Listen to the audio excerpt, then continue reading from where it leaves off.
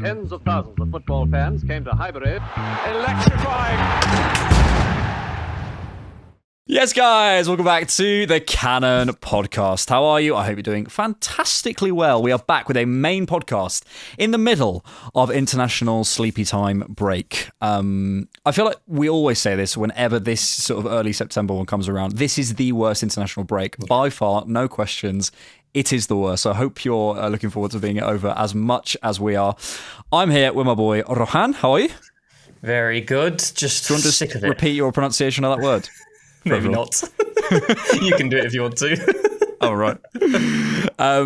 Yeah, we're here with another main podcast. Thanks for sticking with us. Just a couple of housekeeping things before we get into a mailbag episode. We thought, what better way than to fill the content gap, the international break gloom with a mailbag. We want to get to as many of your questions as possible. Just a couple of housekeeping bits. We're very excited. We're about to start a new regular rewatch show on the channel, and that will be over on the Patreon and YouTube member side. Do you want to say, Rohan, with who? The main man, the myth, the legend, the great AFTV James. AFTV James. James B is joining the channel for some regular rewatch content, which would be great. So that'll be a regular show out for the patrons. So we sort of done it sort of on and off for patrons. That'll be a regular show. And if that wasn't enough reason to sign up as a patron, George is finally doing the Tactics Corner. It's happening this week, so you can sign up as a director's box to get that content as well. And all that stuff is coming out. We were initially going to do this mailbag episode for patrons. We ended up not doing it because of some tech issues. Apologies, but we are here with the main pod. And that's enough housekeeping. Should we just get into it? Absolutely. Do you know what I want to talk about? Yeah. Mikel Merino.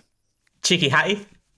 Cheeky Hattie for Mikel Merino. And before we started recording, Rohan reposted something on the lovely website known as x.com about box crashing midfielders in 24-25.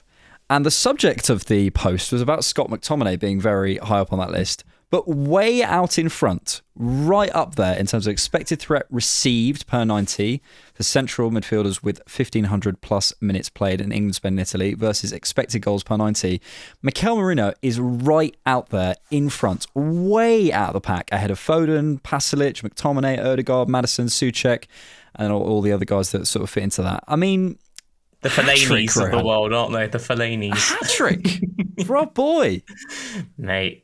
Quality as well. Did you watch the game? I didn't. See, I've seen the goals, but I didn't watch the game. Classic Mikel Merino. Low touch, not loads of involvement. Give the ball to him, bang. 3 goals. Seriously efficient. He's a really interesting player, isn't he? Because I think for a lot of Arsenal fans, he'd probably be someone that would kind of be... maybe it doesn't matter how you arrive, and I think because of the window he arrived in, I think maybe he's been... Yeah. He's been maybe lumped in with sort of the failure of the club as opposed to the failure of himself. I think that's definitely a factor. But also, I think there's been massively valid criticism of him. And you and I have spoken about, I think his adjustment to the press last season in terms of being late a lot of the time in that sort of second line. My big thing with him last year, I think I spoke about it on the podcast, was not his aerial duel numbers. When I read them, and this is my mistake, and I kind of learned this, it was like I look at the duel numbers and I go, oh my God, this is a proper player. Yes, he's great in the duel, but he has struggled at times, I think, in the second ball in terms of anticipating things. It's the moment after the duel. Once you win it, what do you do with it? Has been maybe the question for Merino. But I think I've seen development on both sides. And the final thing I want to say, mate, is I think he's as physically fit as I've ever seen him. Yeah. When he arrived, there was a little bit of stiffness, and I think you can still see that. There's still a little bit of that there. I think that's just kind of who he is, and maybe a slight one-footedness that is kind of never going to go. But that's the reason he's not 60, 70 million pounds. There are limitations to his game. But talk to me about what you've seen in improvement, because I have seen that, and also how we use him, because I just think it's such an interesting dynamic here. And I think there's a number of players who we can speak about the usage, but he's certainly a player who a lot of people would sort of put to the back of their minds, but we should use him. Absolutely. I mean, if we go back to last season, a lot of the players who featured towards the latter stages of the Euros, Merino obviously going to the final for Spain and winning it, they tended to start quite slowly in the new season. Declan Rice didn't have the quickest start. He played in the final. He played every single game for England in the tournament.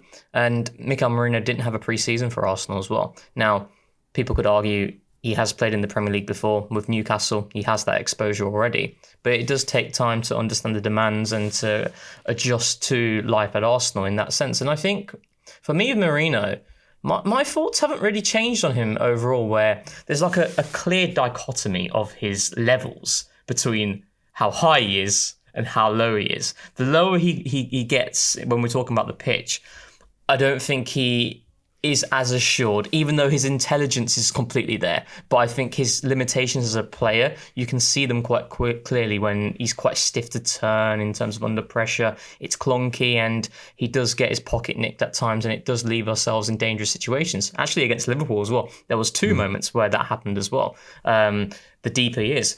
But the higher he goes, he's always been a serious threat. And I always go back to that comment Mikel made post-Brentford, where it's like, when the game becomes one in which the opposition is really pinned deep inside their own goal, the density increases. You need players who are going to be able to find space when there isn't any space, and you're going to need to have that intelligence and that awareness. And Mikel Merino is exactly that. And you mentioned that graphic, but the one yesterday as well, I think is even more important, where before he had these centre-forward stints post-Leicester away, in terms of non-penalty expected goals per 90 for midfielders in the Premier League last season, Mikel Merino was in a league of his own. Above Palmer, above Foden, above Gibbs-White, above Maddison, above Szoboszlai. Crazy numbers. Exactly. And like, I've always felt that he's a really smart and intelligent player, but his limitations are there. And I don't know about you, but we kind of spoke about it on TCP Live, where I can't sit here and tell you that that starting Ethan Nwaneri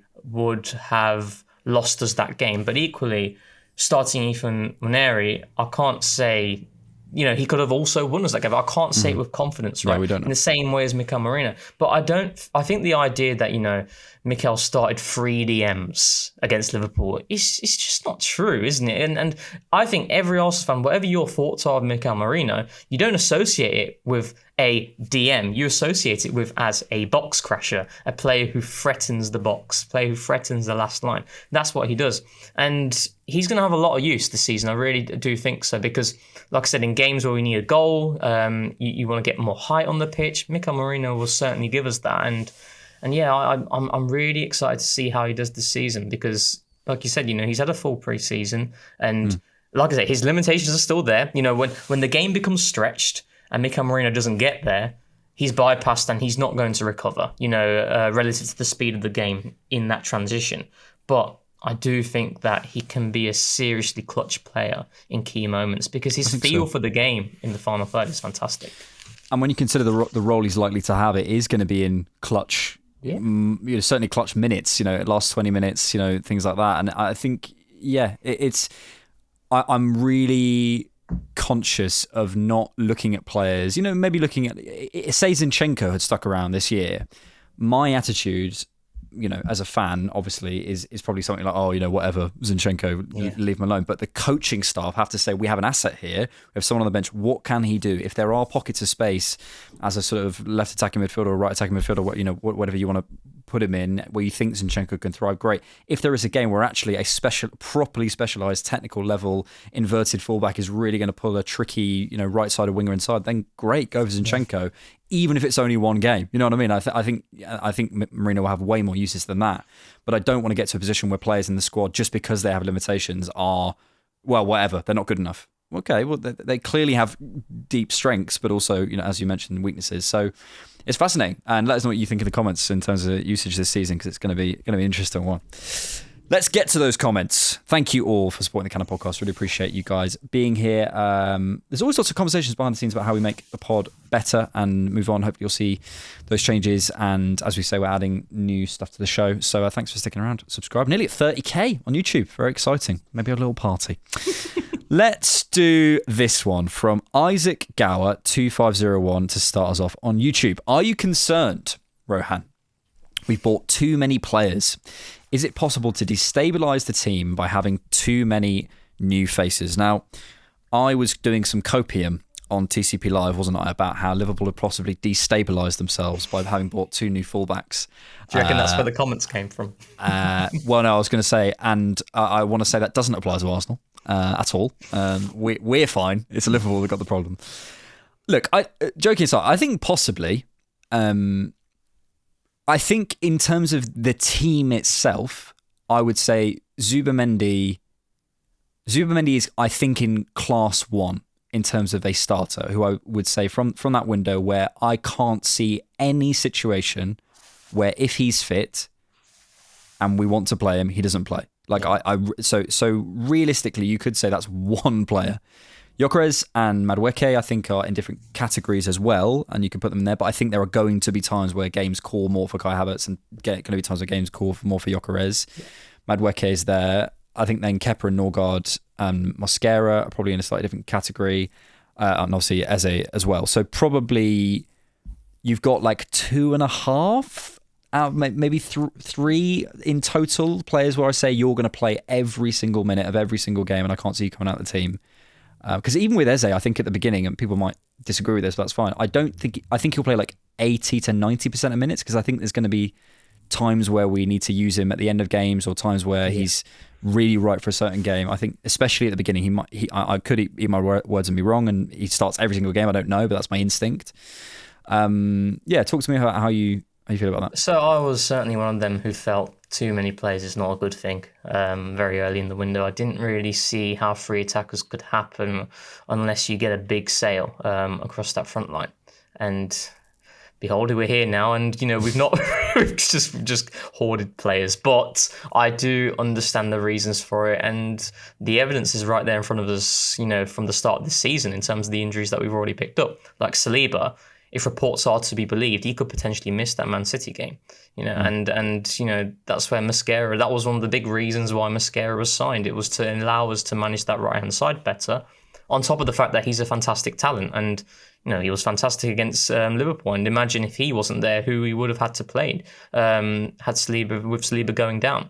And I just think, though, with me, like, we're in a new era of football where I think you do need really heavy squads, because for Arsenal this season, they're going to play, if everything's an absolute car crash, it's still 50 games in all competitions. But you'd expect Arsenal to be hitting towards that 60, 65 game number across the season. And with the intensity that is required now, there's no easy games in the Premier League. I think that's a cliche, but I do think it's also very relevant, because you're seeing already a lot of these fixtures and how close they are, and the physical demands in each and every game. I think it's very important to have big squads because of, one, the intensity, and two, the fact that the football schedule, it's not giving you any more breaks. Like after this international break, we play Forest, then midweek we play Bilbao, then we play Man City, then we play Port Vale, then we play Newcastle, then we play Olympiacos, then we play West Ham.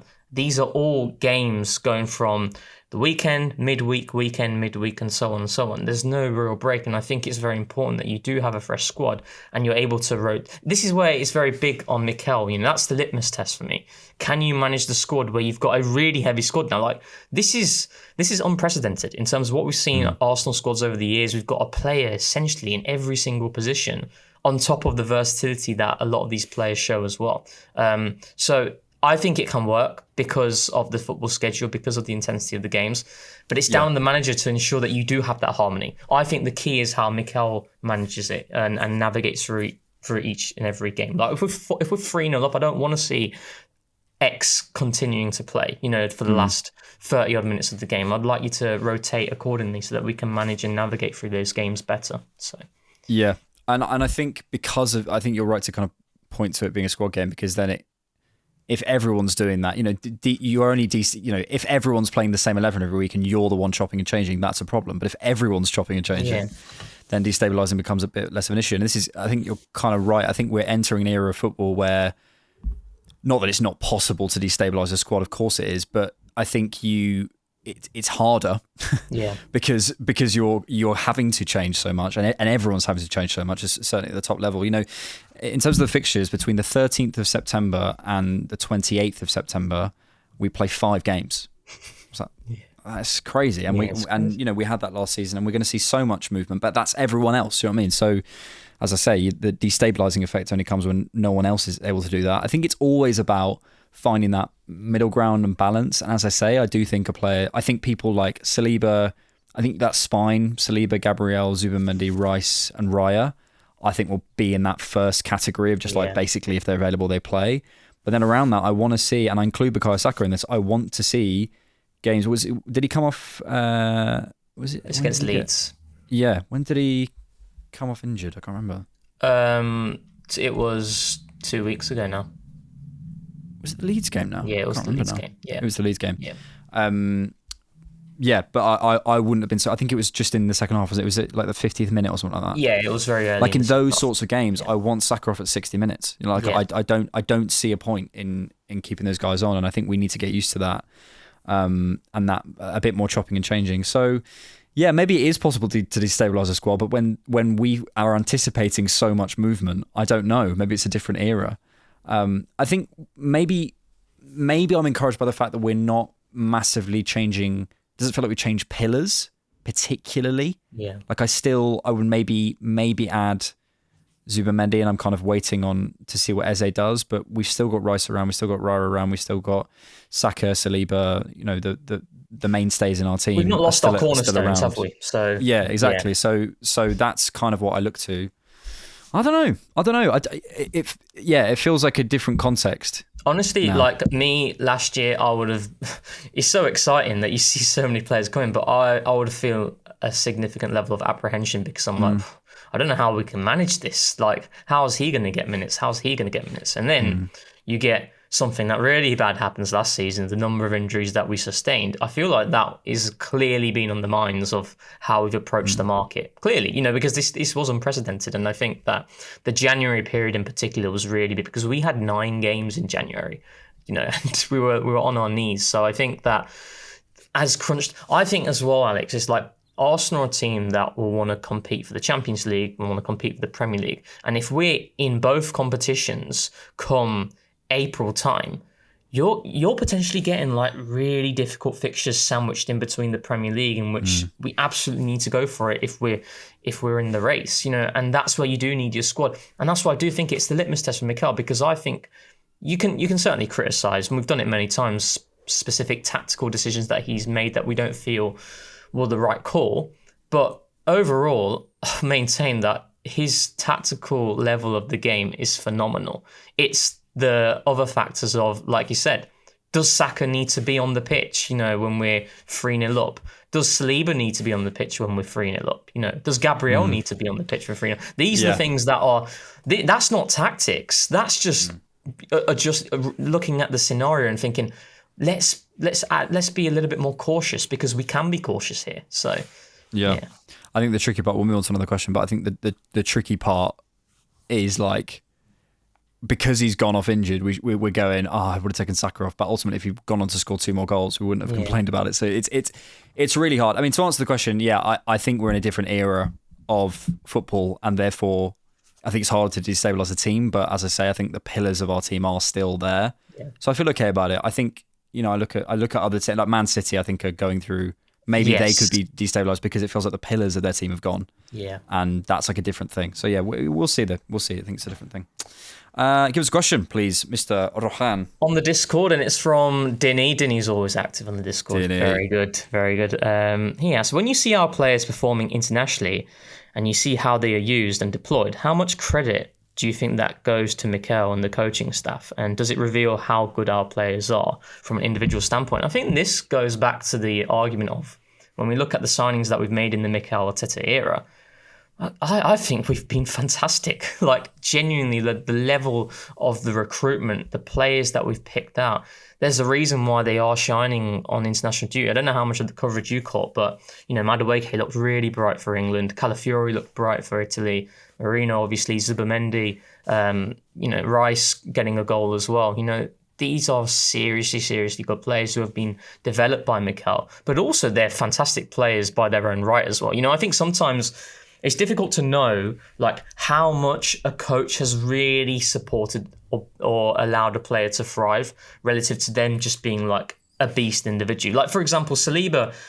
Mikel deserves a lot of credit, right? But I think Saliba is just a freak talent. You know, I think no matter where he would have went at one of the top clubs, he would have still been looked upon as, you know, the best centre-back prospect in world football. So, yeah, I don't know where you stand on that, but I just think that this comes down to, obviously, the coaching and the refinement that we've seen amongst certain players. But at the same time, a lot of these players have been serious ballers. Like, we've signed really well. Yeah, they're really, really good. They're really good. And I think it's difficult because, sometimes you'll watch a comp of Merino and go, oh, Mikel's holding him back, or whatever. You see comments saying that. And you sort of go, well, they're playing different opposition. They're in different contexts. They're given different importance in the team. And isn't it great that we've signed such good individuals rather than necessarily this being a negative? I just look at the group we've assembled, mate, and I can't remember exactly when it was, but there was a point in Arteta's era where I think we had I remember seeing a tweet about like an international break and only Kieran Tierney was going. Something. It was something like that. And it was like, that was the level we got to. We had so few international footballers. And now, you look at the team and you have half of the England team is an Arsenal team. Victor Gyökeres is starting for Sweden, and you go through and you see players who are really, really important for the international teams, and it tells you the level of individuals, and I think that's an only credit to the talent. And just to go back to the record before we maybe come on to the more specific stuff, like, I will really go to bat with anyone who has a serious issue with our transfer record under Mikel. Because I understand.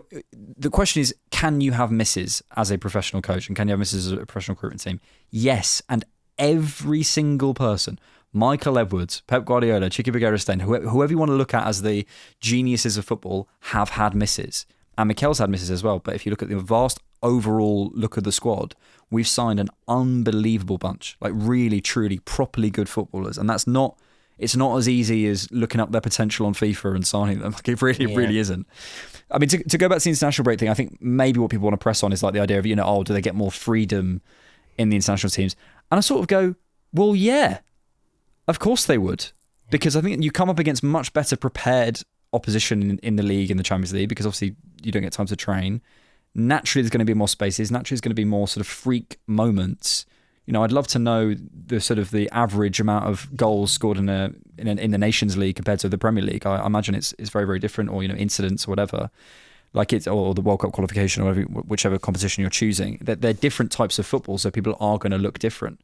But you see Gabriel being Brazil's best centre back, or Merino being Spain's best midfielder. I don't know how that's a negative on us. I think it's a different type of football. You know what I mean? I think the point that you made about, the fact that they don't have as much time with the international coaches is really good, because, and I think for me, like, maybe international football will get to a stage, and maybe we'll see it with Thomas Tuchel in terms of how he's mentioned he wants Ben White to be integrated into the team, like how they may value like specific partnerships that are already working at club level, in which these players are playing so many games with each other, and by having them available for your international squad, you already know you've got a synergy there in that side. You already know you've got a combination that is going to give you quality, because it doesn't matter if it's international football, club football, they're playing with each other regularly. So they're going to be able to translate that on the international stage as well. I do think that, one of the big reasons is the fact that these coaches don't have that much time with the players. And, and this is why I'm kind of going slightly off topic as well. This is why I've always felt Arsene would have done really well on international level as well. After Arsenal, I think he would have seriously got that team flowing, because Arsene's always someone who values like relationships and just getting the best players playing with each other so that they can just generate pure football. Slightly off topic there, but I do think certainly there's. I don't think it's Mikel restricting the players. I do think it's more down to that fact that they don't have as much time, and you just allow certain players to grow, really. Question from Andre on YouTube was, does the Nketiah signing promote Miles into the midfield? I think it's interesting, isn't it? Because he's used the way, he's also got a picture of you as his profile picture, so brilliant. Probably a long time listener. Because you're saying promote, and maybe you didn't necessarily mean this, but there is this kind of sense, I think, that like the left back slot is somehow inferior, or like or it's almost less. I don't know. There's like a sense of like he's being put out there before he comes into the midfield. And my personal opinion is he will become a midfielder, but that's because I think he'll suit it better, not because I think that's the better position. And that, and then I end up being the striker. It's like, well, no, it's just about the qualities and what you're trying to get out of it. Because especially in a Mikel system, you can change a game. You can be the game winner from fullback. So I don't necessarily. This is maybe not what the commenter necessarily meant, but I just want to be clear on that. I think it's important to say that I think you certainly in our system you could argue almost that they're more important at times in games anyway. I think this does mean Miles spends more time in midfield though, and I think specifically with the signing of Norgard. Supposedly from what you read that the signing of Norgard was all about his experience and all about having some Premier League experience. I think Andrea Berta, I think it was in a Athletic article, was quite keen after Thomas Partey left to get some Premier League experience and get some age in there. But part of that conversation, I imagine, would have been around what is our newly contracted New England star. Where's he going to be? I wouldn't be surprised to see him, whether it is against Port Vale or whatever, spend some decent-ish minutes in the midfield this season. But yeah, I think he'll flip between the two. I don't think this is the graduation year at all. No, I don't think so. I still think that you're going to see a lot of Miles. And again, I don't know much about Hincapié, so it's difficult for me to say that he is, better than Miles 1v1 in isolated scenarios. But right now, from what I've seen of Miles, he's still going to be that player in which when the game becomes very difficult and we do need to, give ourselves that insurance policy, even though Calafiori was fantastic against Salah, I think Miles is still going to be having a lot of minutes there at left back when the game requires it. I think the Hincapié signing and Calafiori as a combo, also a lot of the thought process behind that is also about Gabriel and the injury that he sustained last season. Again, we're talking about like our cornerstones. How can we kind of mitigate the impact of them being out of the team? We've seen it with Saliba and Mosquera coming in. Obviously, Saliba's out for the whole season, let's say. As good as Mosquera is as a talent, that's really unfortunate, and you can't combat that. And I think it's the same with Gabriel as well. It's having that insurance policy, and I think also with Hincapié, from what I have seen in terms of the threat he offers on the outside, that's not something Miles offers to the level we need. And when we talk about Eze starting on the left wing, which I think we all believe is going to happen, you've got someone like Hincapié who just suits it a lot more, and then that opens up the introduction for Miles to move into midfield. And I think it's really interesting because the way that we've gone about with deals for both Ethan and Miles are very similar, where we saw Miles last season, obviously predominantly left back. We saw Ethan last season predominantly right wing. And it feels like in theory, what it certainly is for Ethan's case, is that we're looking to shift them into the position that we believe is their long-term future. With Nwaneri, it is right centre mid. We saw it immediately against Leeds when Ødegaard came off with the game still at 0-0. He came on. And with Miles, I think the deal to Hincapié does certainly suggest to me in theory that we maybe are going to fast track it a bit quicker, whereas I felt going into this season, this would still be a Miles Lewis-Skelly season where he's predominantly left back. And that might still be the case, but I feel there's certainly more arguments for him moving into midfield slightly quicker in that transition. Yeah, I think so. And maybe we are guilty of kind of... It's such a cliche, but you do just kind of have to go game by game, week by week. Yeah. And it's very easy to go, the long-term plan is to do this with Ethan or Miles, or Calafiori is going to become a centre-back. Like, maybe, but possibly the more interesting thing is right now, Calafiori is playing out of his absolute skin. Yeah. So it's about, okay, so for that Nottingham Forest game or for that next game, what's the right thing to do? Is it right to, integrate Miles against a winger, whatever it might be, or maybe it is right to put him in certain scenarios or take him out or whatever, or maybe now's the right time to be focusing on his body as we did with Ethan. I don't know. And we might have to think more short term, because I think we spend a lot of time going, when does he go into the midfield? But actually, he's got a battle on his hands right now with Calafiori in these next few weeks. I'm not to say that. And on the flip side of that, we go, so he's going to lose his place. No, this is just his current issue is that you never know. Calafiori might get an injury. I mean, it might happen. He's straight in the team. He plays the whole season at left back because we need him there. Or Calafiori pushes him out there and actually, he fights his way in training and goes in the pivot or, whatever. Who knows? But yeah, I just don't want to. when you have a talent like that, I kind of don't want to restrict it by going like he needs to be this or needs to be that. The context is constantly evolving, so let's listen to it. I think that's really important as well, because I don't know about you, but it's difficult now with Ethan because we've signed Madueke for a reason. He is going to be the Bukayo Saka understudy on the right hand side. But a part of me also felt like it would have been nice for Ethan to still get minutes there on the right wing to allow him to still maintain that versatility and allow him to develop there in the same way as I would want Miles to be able to develop in multiple positions as well. I don't know if I want like these young talents to be shoehorned into a specific role, even though we will feel, well, that is his best role, that is his long-term future. Arsene did this on, second reference to him. He would get like the young players, he would put them like at wing back very early on in their career. He did it with Reece Nelson. He did it with out wide. Yeah, he did it with Joe Willock as well, to allow them to understand certain aspects of the game that they're not necessarily going to be able to understand to that level in the position that he knows that they're going to be at their best at. So I think that's interesting for sure. I don't know how I feel about that. I do want both Ethan and I think Miles will, but specifically for Ethan, I still want to see Ethan get minutes on the right hand side to some degree. And I think he mentioned it. I think in one of his interviews where he just wants to play across the front five wherever. And that's a really good mindset. Just develop and. I think so. Yeah. I think so. And listening to the context and just going like, look, wherever's right, and it who knows? Things evolve so quickly. Things, I literally turn up on a match day in this type of football and I go, I don't know who's available. I don't know what's going to happen. I don't know what incident. I don't know who's going to get sent off. Do you know what I mean? Like and it's not to say you shouldn't plan for the long term, but I think let's allow for a bit more of like, let's just see how the season evolves. You know what I mean? Absolutely. Give us a question, please. Right. Again from the Discord. I feel like I might be butchering this name, but I'll give it a go. Probably, yeah. Onieros?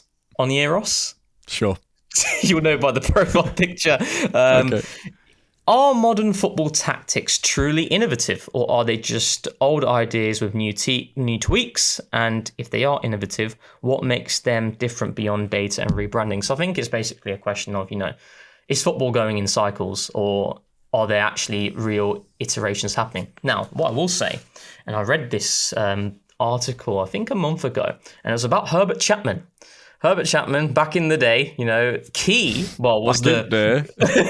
in the day, the driver to changing Gillespie Road. The preeminent driver to allowing Arsenal station to be labelled Arsenal instead of Gillespie Road. Right. So that's a little fact for you. But anyway, back to the question. I read an article about him, and he was a real advocate for intense man-to-man pressing.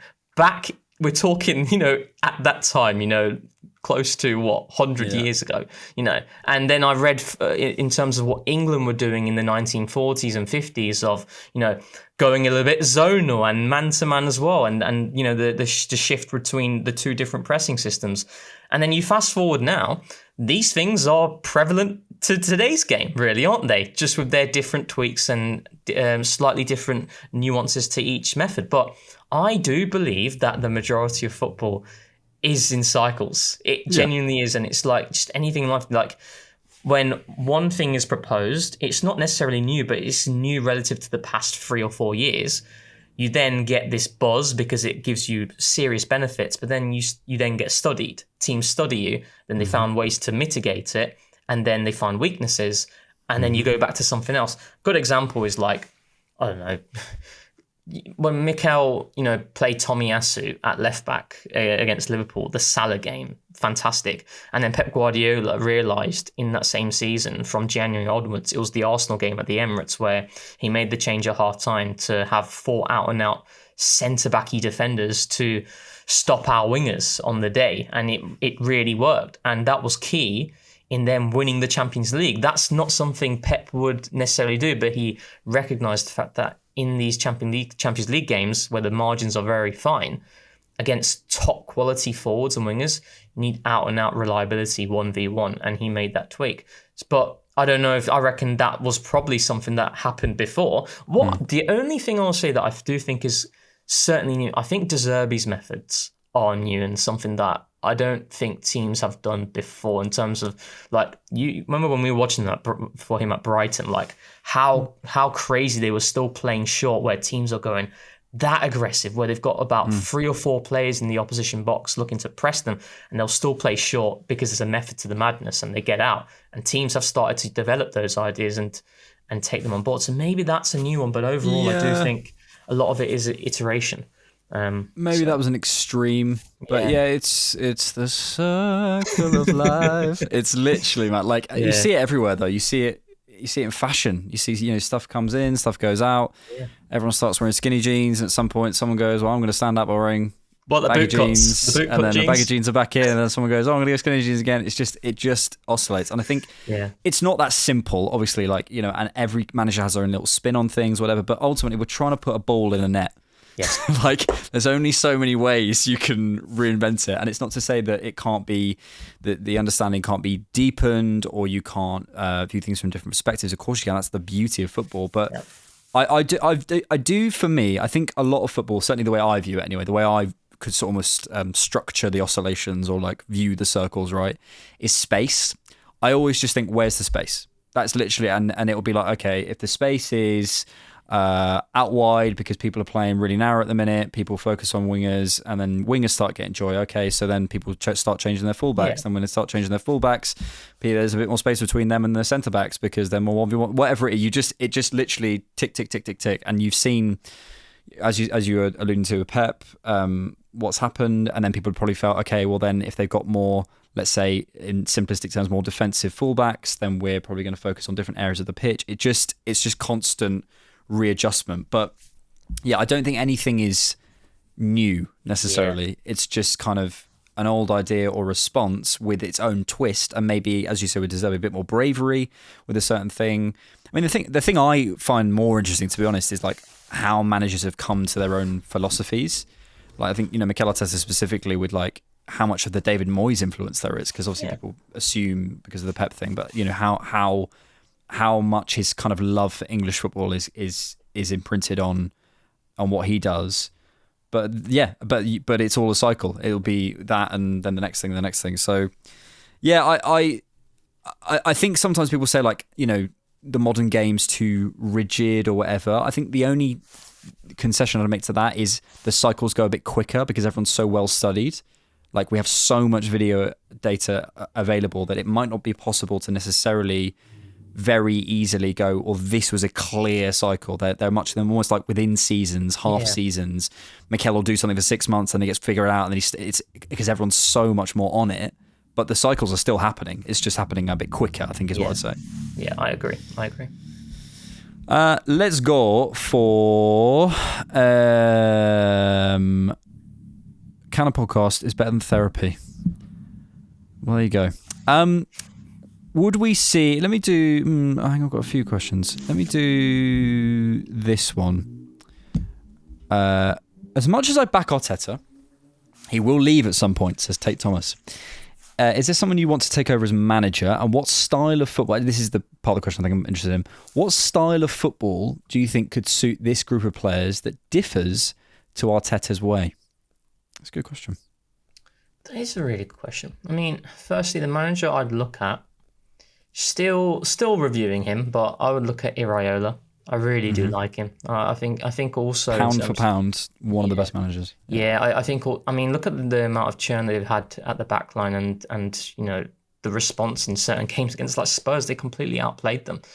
That was a seriously good performance, and he's even against Liverpool. I think a lot of people were impressed with how Bournemouth showcased their talents on that day. The reason why I feel like he'd be a great fit for Arsenal, I'll answer the second part of the question a bit, but it's because of the transferable qualities in terms of how they look to play, the emphasis they put on the press, and the players that we have. I think the transition would be a lot smoother than other coaches who you could rate highly, I don't know, Inzaghi, for example. People look at Inzaghi as one of the top coaches, but I don't think the transition would be as smooth coming into an Arsenal. Whereas I think an Iraola would be fantastic. In terms of as in coach who differs from our style, who would thrive. I think, I mean, I guess what style of football would suit this group? I think that it's a pretty well-rounded group. I do quite strongly believe. Well, now we've added Eze.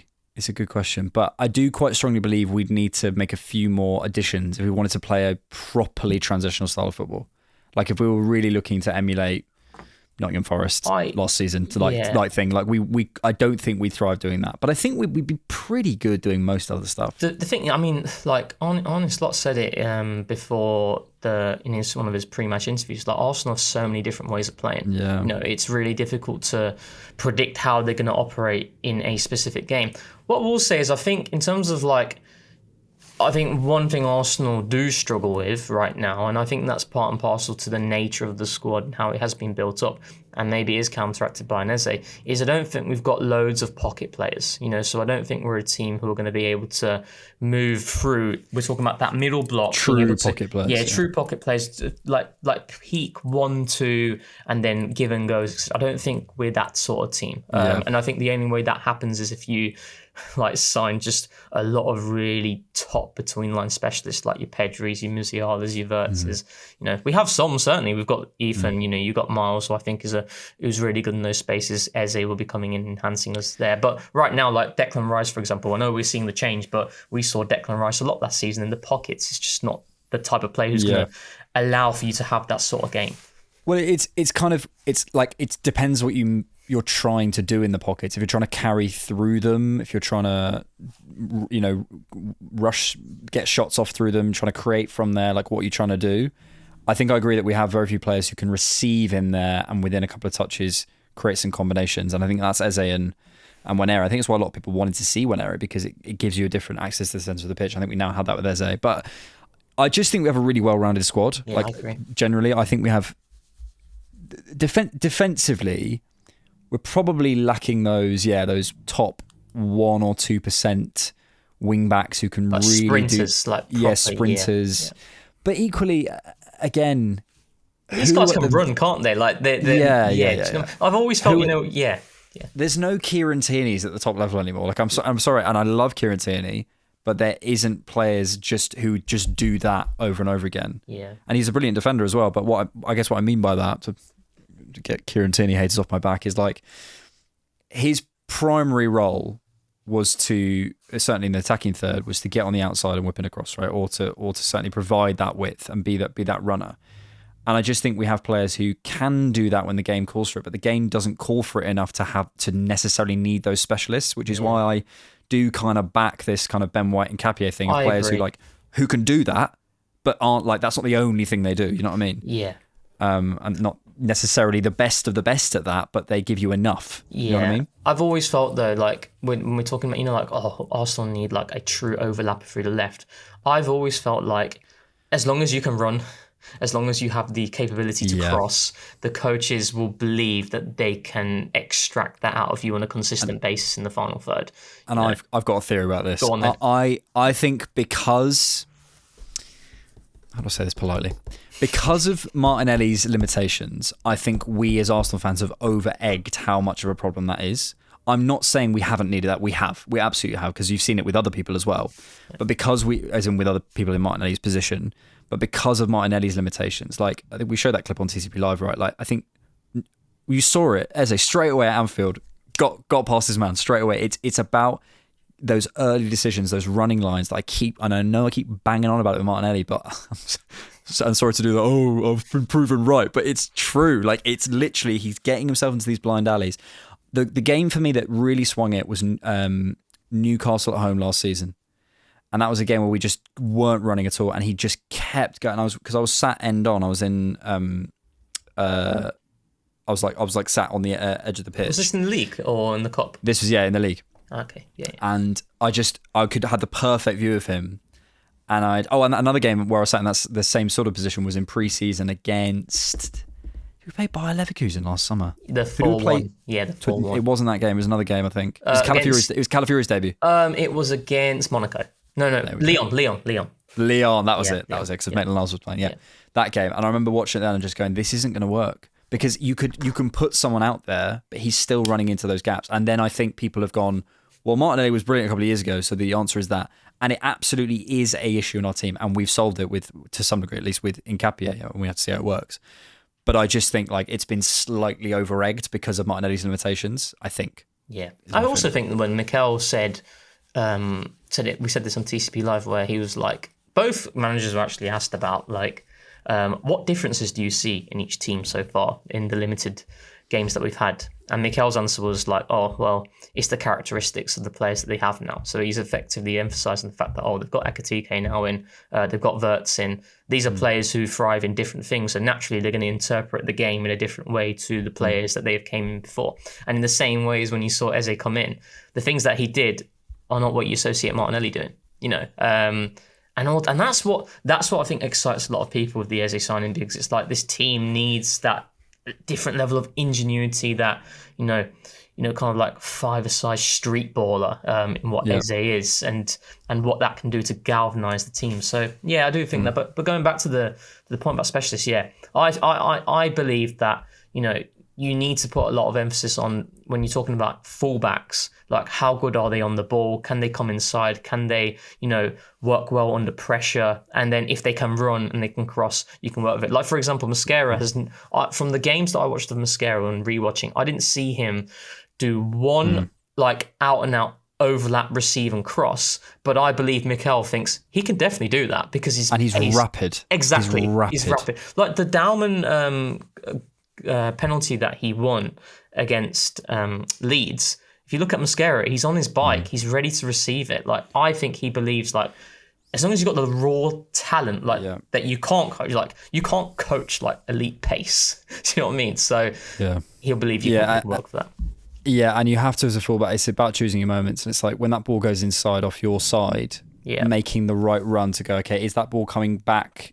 Say, I don't know, Ben White's played it inside to Odegaard in the pocket. Does Saka need that run or not? Yeah. Does he need that run to pull it away? Or does he actually need something on the underlap? And judging all that, it's a much more mental game than just, I'm just going to make the run. Yeah. Matty Cash style kind of thing. And I think you can see that that's kind of moving away. Yeah. Calafiori, I doubt the real man, but on X has said, Arsenal, enough of this tactic stuff. Arsenal, Liverpool, combined 11. Come on. Oh, okay. It is Alisson, unfortunately. So, okay, right. So let's. How do we judge this? Do we judge it on the last? Because I don't think we should go by history. Try and set decent terms for this. We That's have not the point of combined 11s. Because I think there's a strong case for Raya. I think there's a strong case for Raya when we talk about like 2 seasons. Let's do 2 seasons worth of sample, and then that counts Liverpool's. Can we not just do who we think is the best player? Like, forget form, forget seasons. Just who the most talented player. Let's say talent. Let's go on talent. Fine. I do think it's Alisson. Fine. I do think it's talent. Yeah, Alisson, and he is one of the greats. For me, the best goalkeeper I've seen. As in, I don't know about Van der Sar, Schmeichel. I wasn't around. I don't know. In Premier League era or in? Yeah. But I'd say like the best goalkeeper I've ever seen is Manuel Neuer. Like, in terms of all time. He is right up there, but Premier League. Yeah, Premier League. I think Alisson is the best goalkeeper I've seen in my lifetime. Right back. We don't have to say Trent anymore, finally. Yes, because he would walk. Who's the best right back? It's not Frimpong, I'll tell you that, mate. It's Yuri and Timber. Yeah, I think so. Yeah, the problem is that, because guns to my head, who's starting a game tomorrow, and I can't know the opposition, I'd go Timber. 100%. Does he not just give you? Don't you just feel safe with Timber? Yeah, it's just feel safe. Security. I mentioned this on X. Right now with Timber, he's not an all-round fullback runner. He needs to develop still. In the final third, he is inconsistent. I think that's fair to say. I don't know about you, but Timber's crossing at times can infuriate me, because what he does is he receives it and he tries to hit it as hard as he can and whips it, and he's not really looking at who is there. He'll just put it in the area, and sometimes he'll balloon it out of play, and that's something that I think he does need to improve on, that consistency in the final third. He can absolutely do it, because people could point to me and say, well, look at his productivity already this season. He's already notched he's got 2 goals and assists this season. And you can go back to PSG. You can go back to like PSG away last season, where he put on a plate for Declan Rice and he heads it wide. But it's the consistency. It's the consistency in the final third where that's where he needs to develop. He's someone who, what I was just saying about the fullbacks, I think in the final third he doesn't always judge exactly when to run when to pass. I think sometimes he's always trying to force the issue. Yeah. And sometimes I need him to just like sit back and pick his moment and go. Yeah, I go Timber. I think it's just talent. Saliba and Virgil. Easy. Yeah. Talent-wise, you could on form and things like that. You could get Gabriel in there possibly, but yeah. We're going pure nostalgia now. We're going all the way back to Premier League years. Yeah, I think Van Dijk's the best centre back I've seen in terms of all round, like peak for peak. Yeah. Peak for peak. Like again, it's that thing of I can't confidently comment on Rio Ferdinand and be like he's this and like. Do you know I just wasn't around for his peak. I don't really know. It's crazy because you're thinking to yourself, like, Van Dijk's surely going to go for a dip now. He's going to go for a dip. And then you see what he was doing in the second half against us. And he was one of them which you can say, like, we didn't concede any clear-cut opportunities. But in terms of, like, the momentum slightly shifting, he was one of the catalysts for that in terms of some of the passes that he was playing through our block. It was incredible. I do think this is the year, though. I do. I'm sorry, and I feel like I say it every year, but I really started do. So well though. I really do think this is the year where people start to see crack. Because do you know what it is? It's mainly because he's going to be asked to. I think cover even more. You got Frimpong and Kirkes. Yeah, it's like whoa. And Canate, who's, as I always say, on Trent's Duolingo subscription, twerking for Real Madrid. So he's the only one who's going to be sat in the box. But I do think this is the year. He's 34. Yeah. Like I hope so, mate. But yeah, for me, definitely the best centre back I've ever seen in the Premier League. Like no doubt. Left back. I love these kind of questions. Actually, it's proper like vibes. I'm going for Calafiori. Is the most talented left back of any of them. Well, you're looking at Kirkes. Also, okay, right. Okay, to be fair to him, are we going peak Andy Robertson then? Like his talent at peak level? I think I'd say now, like most talent now. Calafiori. Andy Robertson's dusted, mate. He's always been a guy, I've never quite understood it.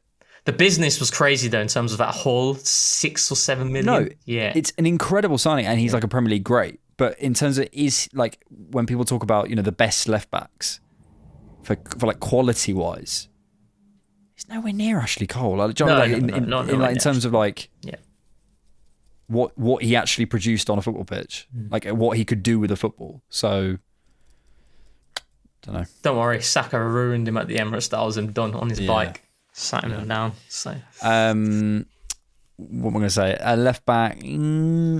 So you're thinking, okay, so you're not considering Robertson. I'd say you're looking at Kirkes, right? So Kirkes or Callett, because I really do like Kirkes. Calafiori is a talent. I'll go Miles. Oh, really? Yeah, just like at specific things, the most talent. Do you think? I'll be happy with Miles. Yeah. Not having that. So you hate Miles. Sorry, Marcia, in case she's watching. It was him, not me. Midfield 3. This is where it gets interesting. Tasty. I think you've got to have Declan Rice in there. Declan Rice is in there. 100%. Declan Rice is in there. I also think you need to have Wirtz in there. Yep. And are we saying that we have to make it like it has to be a 6 essentially? Well, so basically it has to be Gravenberch or Zubimendi. I don't mind it just being a midfield 3. Yeah, the 3 most talented midfielders, basically. I think I really like Gravenberch as well. Wirtz, Rice. I want to go for Zubi, but that feels really harsh on McAllister, Szoboszlai, and Gravenberch. I mean, that was the title-winning midfield. And they are very good. I would go for Gravenberch. Let Zubimendi have his time here, and then we can properly judge, right? Because I know we've done our research and we've watched the games back, but we've watched Gravenberch like... Well, I know I've watched most game weeks, like of Liverpool. Yeah, so, and like I might argue like effectiveness for Zubimendi, but talent. Gravenberch is class. Yeah, like I think I'd argue who do I want on my team more? Yeah. Who can affect a game more? Who can run a game more? I'd go with Zubimendi, and again, you need to see the sample, but like just like how good are you?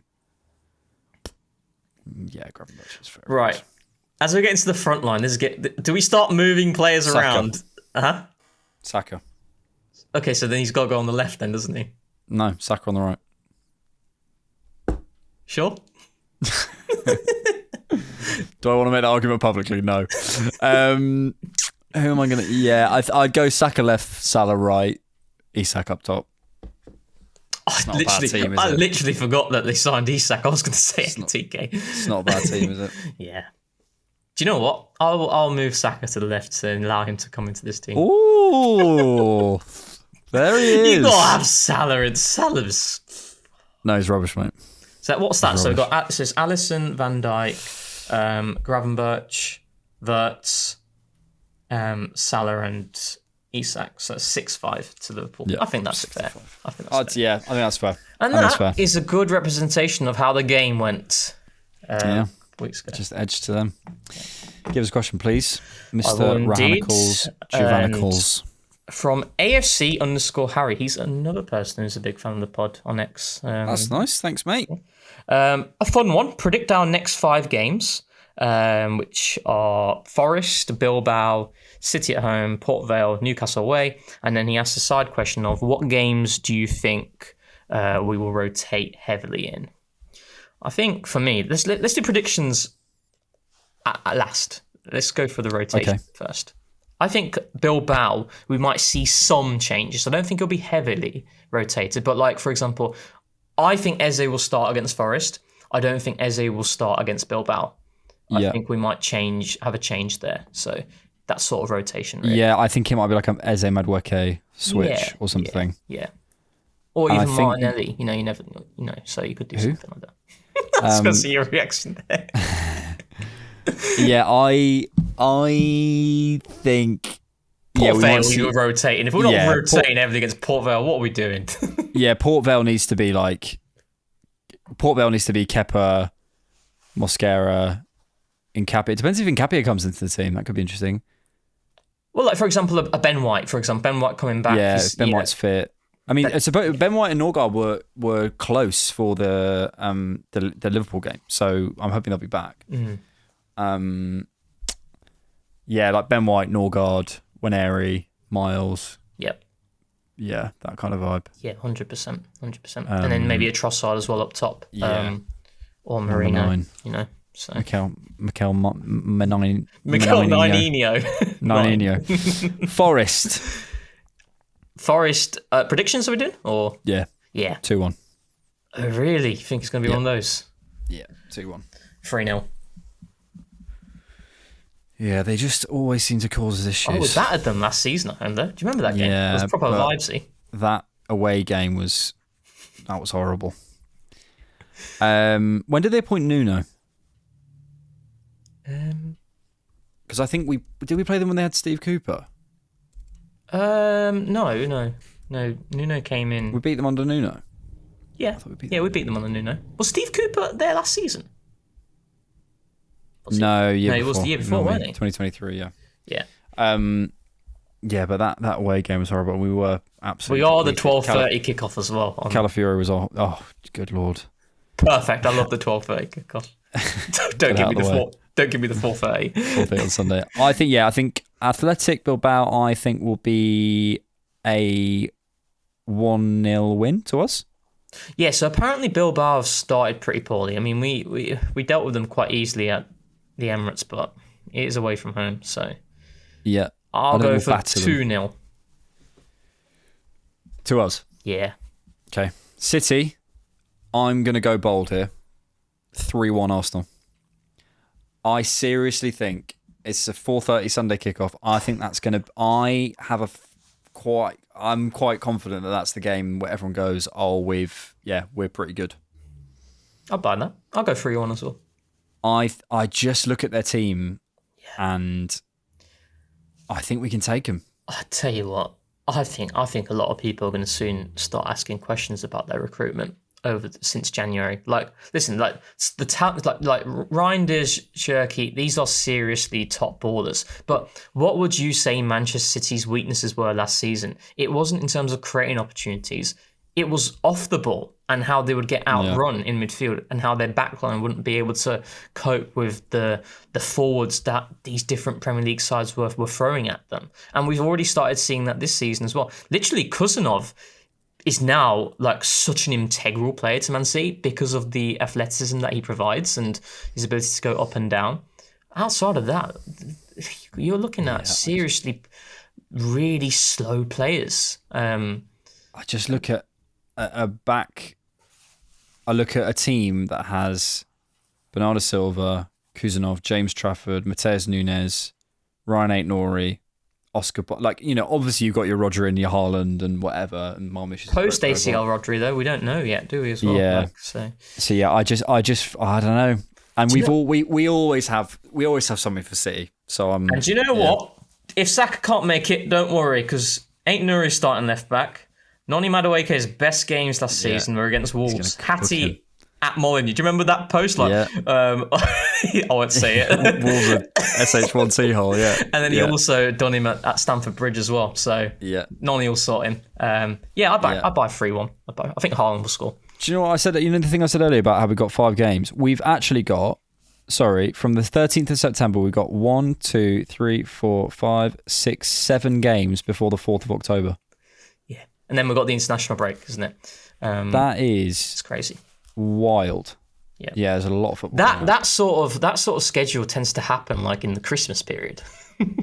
Yeah, that is mad. So that is mad. There's a lot of football coming. Yeah. Where are we injury wise? I got the table here. So we've got Kai Havertz. I think he was said to be single digit weeks. So I think it's probably October, November time. So we probably won't see him before the end. We won't see him before that. I'd imagine he'll be back maybe like optimistic wise, post the second international break, which will be after West Ham. Jesus is back on the grass, but I think they're going to be very cautious. We might see him before the end of this run, like a sort of cameo. And then we can stop talking about him try to talk about him. You can start watching me try and put him I do think that with the Jesus, maybe there's something more to it with Arsenal not registering him in the Champions League group phase. Possibly. Maybe. Although we have got a bloated squad, don't we? So there's just a lot of... I just really think they're not going to rush him back. Yeah. I think it's going to be really slow. And we don't need to, do we? We just don't need to, yeah. Saliba, 3 or 4 weeks old, we'll get probably back in the middle of that. I think Saka will be probably somewhere around the City game. City game, yeah. Yeah, something like that. I think Saliba might be sort of Port Vale, Newcastle. And then Ben White and Norgard should be back. For, Forest, maybe? Yeah, I think they were close for the Liverpool game. Yeah. So let's play a game of roulette. Who's gonna be out next? Let's not do that. Do not do that. Because let me tell you, against Nottingham Forest, there will be someone who goes out. Let me tell you. Oh God, yeah. It's relentless, mate. I've just accepted it now. It's like you just got to have a deep squad. Yeah. Because someone's gonna get injured. I mean, it kind of makes sense. I guess if you think about injury luck. Someone's gonna get injured. If your squad's 26 men, someone probably is going to get injured. So. Absolutely. Let's do. We've got Port Vale. We've got to do Port Vale. Port Vale. So 16-0. I reckon Port Vale. That's actually a cold night in Stoke. Port Vale's near Stoke. I think it is in Stoke-on-Trent actually. So Port Vale. Where is Port Vale? They're 23rd in League One.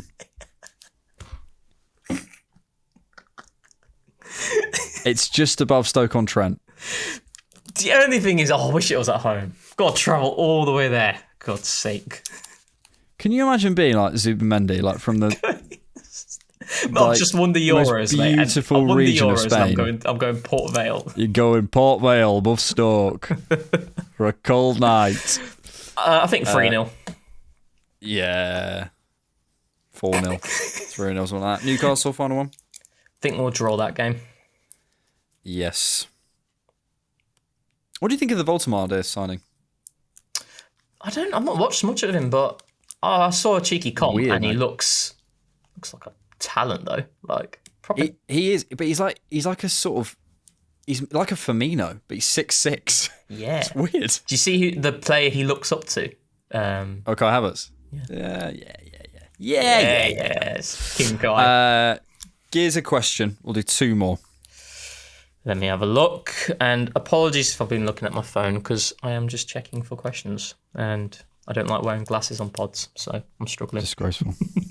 Okay, from Theo Wilkstrom, will we finally get to see Saka centrally this season? Eze Saka Noni could be incroyable. Incroyable? Or... Yeah, I'm not going to go over whether I think Saka should be moved again. I just... Central though, Alex, central. I think I just think whether it's the left or the centre or the right, put your best player as close to goal as you can get him. It's the classic George. That's what he loves. Yeah, but it's true. Yeah. Like it's correct. And Saka, the question is like, do you put Saka left back? No, of course you don't. But can he do it? Yes. But it's the same thing here. It's like he can do anything. Like he really can on a football pitch. So then it's about, okay, what do you need? And I think it's just about getting him as close to goal as possible. He is one of our most, he is our most clutch player. I think he's our best player. I think he has most influence closest to goal. I think, when I look at the angles, and this is my whole thing about him on the left, it's in no way saying I disrespect him. I'm not going ever again. I don't care. If people think it's a disrespect to Saka, so be it. I think it opens up different angles for him to shoot across his body. I think in terms of the access to the box, it could be really interesting in terms of riding contacts and challenges centrally, getting us in there. I think the creative potential for those like balls from the half space to the back post, stuff like that. I think it would completely change the dynamic of the game. And now we have Madueke, you get a decent level on that right hand side as well. So I'm interested. I'm open. I'm interested in centrally. I'm interested on the left. I'm not interested in anywhere else particularly because you're moving away from goal. But I think he could literally play anywhere. So to limit him and just say he's a right winger, I think is a shame. I'd certainly like to see more in-game switches, like just wingers swapping sides. We did that like 2 years ago. No, more than 2 years ago actually.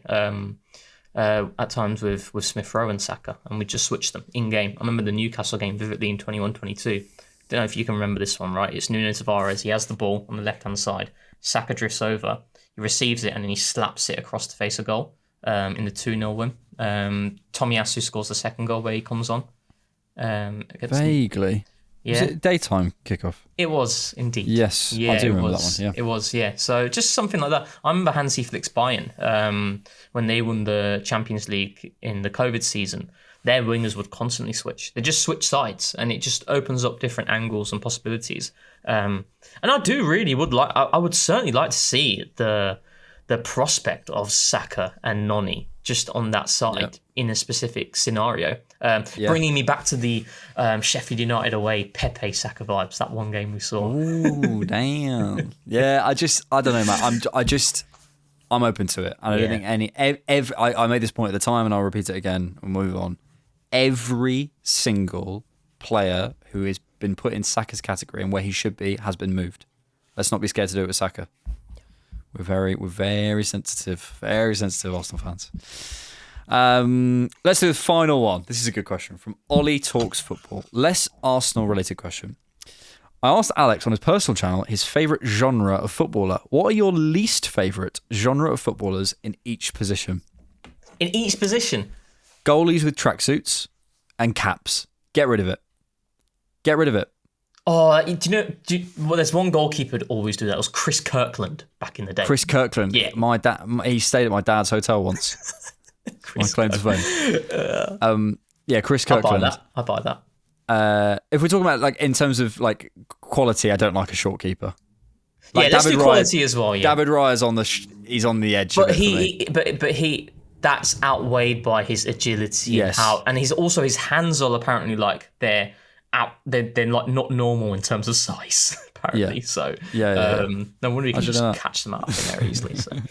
I buy that. I buy that. Don't love a short keeper. Also, don't love an overly tall keeper. I think there's this thing of like, oh, you're 6'7". Also, as much as he is a Premier League great, I don't like the Petr Cechs of goalkeepers. I just don't like them. The ones who just you put them on the pressure and they just poo the pants. You think Petr Cech pooed his pants, mate? Seriously, for Arsenal, yeah, but he couldn't play in that sense. He couldn't play. Okay, with his feet, but that I feel like he was a victim of like the change. He was a victim of the times. You can't teach Joe a Hart dog, kind of vibes. or a dog new tricks. So yeah. Yeah. Centre backs, low-socked guys who clearly want to be midfielders. And also, like... Get it out. Passion merchants. Just, like, outright passion... Socrates. You knew what I was man. This guy. Do you know this is the biggest ick. The ones who, like, they devoid themselves from responsibility when they can see. Yeah. Yeah, they're like... When they put their arms up straight, when they've been done and they immediately call for offside. Defend the situation, and if they're offside, they're offside. Don't call for it. Calafiori did that the other day. It annoyed me at Anfield. Oh, yeah. He was calling for offside. Don't do it. Just defend the situation. And then after there's millions of cameras. They'll see it. Just defend the situation. Annoys me. Also, short centre-backs is a bit icky as well. A little bit icky. If they're called Mustafi, a little bit ick. And like centre-backs who like sort of think they're too cool for school. Do you know what I mean? I like Gabriel is like the pinnacle for me. He's the best type of centre-back. He's got it on the ball, but also he's got that just ability to just get out. So he's like a very good example of a centre back who would be fantastic in any era. Yeah. Because he can do the rough. He can do the rough when it's time to go to battle. Gabriel's someone you want, but also on the ball, the improvements have been significant. Since he came. So fullbacks. Okay, like stiff. They can't be stiff. If you're stiff fullback, I want you to give me something going forward. As much as a fullback's responsibility is to also defend, be strong 1v1, you gotta be able to turn your hips. Like the ones who just can't create separation even when they're on the run. Like that's a proper ick. I buy that. I have a specific ick with fullbacks. Injured fullbacks.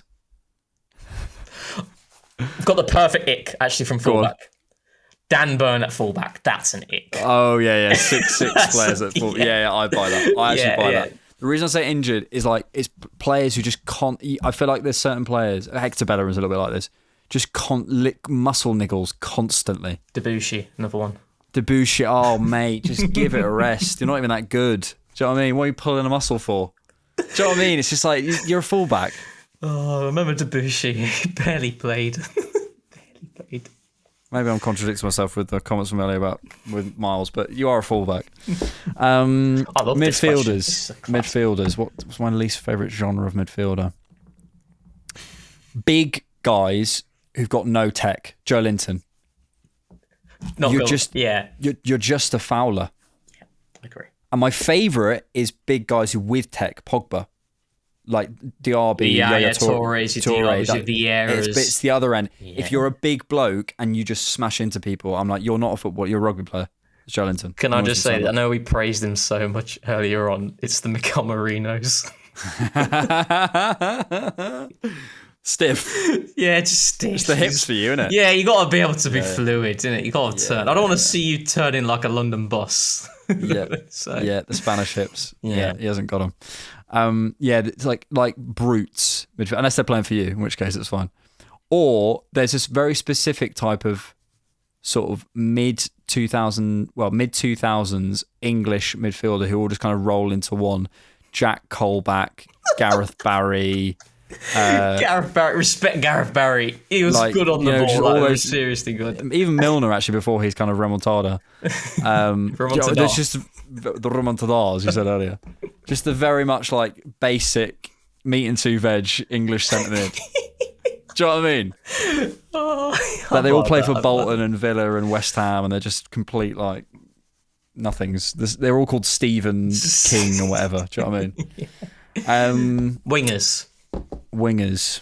Again, if your winger doesn't have pace, I'm just like, if you wear gloves and can't beat your man, mate, that's class. Oh, that's a very good one. Yeah. If you put a pair of gloves, or like white shoes. Yeah. If you wear white shoes or yellow shoes or pink shoes, you do what you want, mate. You put your gloves on, you put a bandana on, you do whatever you want, mate. If you can't beat your man. Also, like not doing the collar. If you got a collar and you've got your collar up, but mate, you've got to be good if you do. If you can do it, if you can do it, mate, I'm all for it. Yeah, I'm showboat. You know when people get annoyed about people doing tricks in games? Yeah. If you're winning, I don't care. Yeah. I really don't care. Like if you're 2-0 up, do a Rabona. It's fun. That's a good one. Like no, but also like tricks, like doing just like random tricks, but no productivity, mate. Get out of it. Like, I want to see some goals. 0-0. I want to see some goals. Like, yeah. So like Maximan was kind of like he had his era of just like had the bandana, was doing loads of tricks and got nothing out of it. Centre Final forwards. one, centre forwards. Okay, like the ones who just like aren't good in the air. I think you gotta be good in the air. Who do you mean? No. Actually, no, that's not that. Actually, no. Let me take that back because no. Because you don't want people on at you. no. Because I was just thinking of like for example, Thierry Henry was good, but that's not what you associate with him. Yeah. Like, so I take that back. Centre forwards, I would say, kind of similar to wingers, but with a really high opinion of themselves, and they won't run, but their output is terrible. Yeah. Okay. Yeah. Selfish, they're but selfish. Don't offer anything. They don't run. You can see them throwing their arms in the air. They're goal hanging. They don't do anything, and they get annoyed. And they do that thing. Lukaku had it for a couple of years where he would like point where it was. Like, we didn't make the run, bro. So what am I meant to do? I buy that. Also, again, stiff. You just can't. Stiff. You don't like being stiff, do you? No, you can't. You got to be. You can't. You've got to be able to turn. Come on, you have to. You need those joists greased up, like those joints. You need them lubricated, don't you? Yeah, you do. You do need them lubricated. You need some lube. You don't want to get stiff. Absolutely. And on that bombshell. It's time to end the show. Let us know what yours are in the comments. What do we have? We said them. So you let us know what you think in the comments. Thank you all for being here. Hope you enjoyed this mailbag episode of the main podcast. As I say, we will have loads of content for you this week. Ramping back up as we get back into the football proper. We're starting the rewatch very soon. There will be a scouted episode out for patrons on both the Director's Box and the North Bank patrons and YouTube members. Friday, I think. Got the instant reaction on Saturday. As I said, George will have the Tactics Corner out for us at some point this week. So, mate, loads going on. No better time to become a Cannon Podcast patron or YouTube member. Thank you, Rohan Jivan. That was really good. I really enjoyed that. Because I've been fed up of the discourse on the timeline. It's constantly Arteta in, Arteta out, Arteta not platforming, Arteta sabotaging. Oh, God. I think all opinions should be taken off Twitter. I think we should base everything off what people on Twitter say. That's what I think. Interesting. Pleasure. Thanks, everyone. Look after yourselves. Thank you for watching. And thanks for keeping it Arsenal. Tens of thousands of football fans came to Highbury. This was one kind of queue the ladies thoroughly enjoyed. Electrifying.